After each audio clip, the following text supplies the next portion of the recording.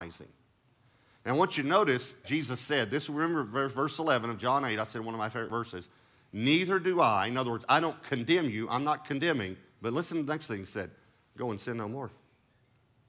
So he didn't compromise. Now, by the way, you know why he said go and sin no more? Listen to me carefully. Some people say, well, because he hates sin. Okay, well, let's go a little farther. Do you know why he hates sin? Because he loves sinners. Sin hurts sinners. So he loves sinners. So the reason he said this woman, he said, listen, I don't condemn you, but don't continue in this. This will destroy your family. This will destroy your life. This will destroy your children. Don't do this. That's why he said go and sin no more. Now, let me show you two verses here I think are really good when we talk about Jesus being a friend of sinners and yet not compromising. Hebrews 4:15 says, for we do not have a high priest who cannot sympathize with our weaknesses, but was in all points tempted as we are, yet without sin. Never compromised. And Hebrews 7:26 says, for such a high priest was fitting for us, who is holy, nothing about the word holy, holy, harmless, undefiled, watch this, separate from sinners. Now, how can you be separate from sinners and a friend of sinners at the same time? The reason is because Jesus is the perfect example of being in the world and not of it. That's what God calls me. And if you compromise, listen, you lose your ability to be a witness. So I said, okay, how can we not be condemning? We don't want to be condemning. Well, we have to understand that sinners have a sin nature and they're going to sin. We can't let that shock us or surprise us, all right? Well, how can I not compromise? Now, listen to me very carefully. I'm going to give you just one practical hint. If you're curious about sin, don't be a friend to sinners. Now, listen to me. I'm not saying don't invite someone to church. Let them hang out with you, but don't you hang out with them. If there's any curiosity in you about sin, see, you know, they brought this woman to Jesus and said she was caught in adultery in the very act. Notice Jesus didn't say, really? What was she doing? No questions. You want to know why? He has no curiosity about sin because he knows sin will destroy people. This is very important to understand. Here's the reason I'm saying that. I want all of us to go. I want all of us to be witnesses. But if you're really going to befriend a sinner, a person who doesn't know the Lord, who's going the wrong way, you need to be very mature in your faith because you can get drugged down. So this is not a message to get everyone to be a friend of sinners. This is a message to get us to go, but also to come to the place where we're mature enough that when we get around the sinner doesn't affect us, we affect the sinner. You know, what's amazing is that you couldn't touch a leper. You know, you couldn't touch a leper. You know why? Because there's a principle in the Old Testament that the unclean would make the clean unclean. But do you remember what Jesus did? Jesus actually touched the lepers. You want to know why? Because in the New Testament, the principle is that the clean, this is good, can make the unclean clean. So the closer I get to Jesus, the more I can help people become clean.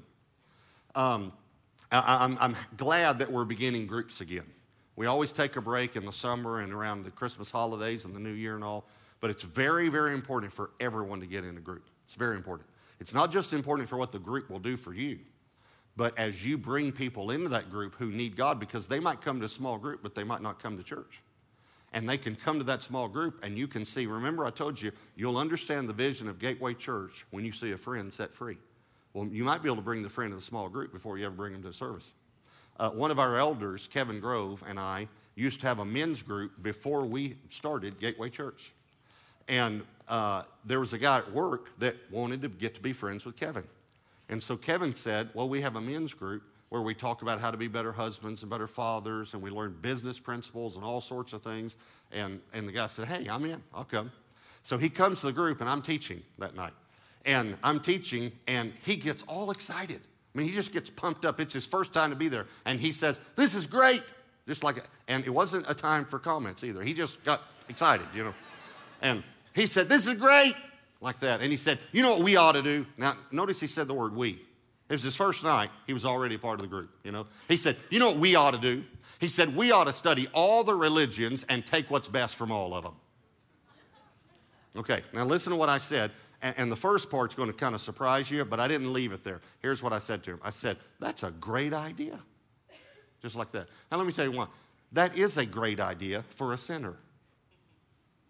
For a sinner to say, let's try to learn about God, that's a great idea. Now, if one of you said that, I'd say, that's a stupid idea.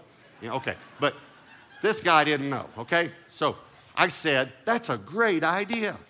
I said, but the way that a religion comes into being is that all religion is based on the Bible. But what they do is man comes along and adds his opinions to it, and that's the way it becomes a religion.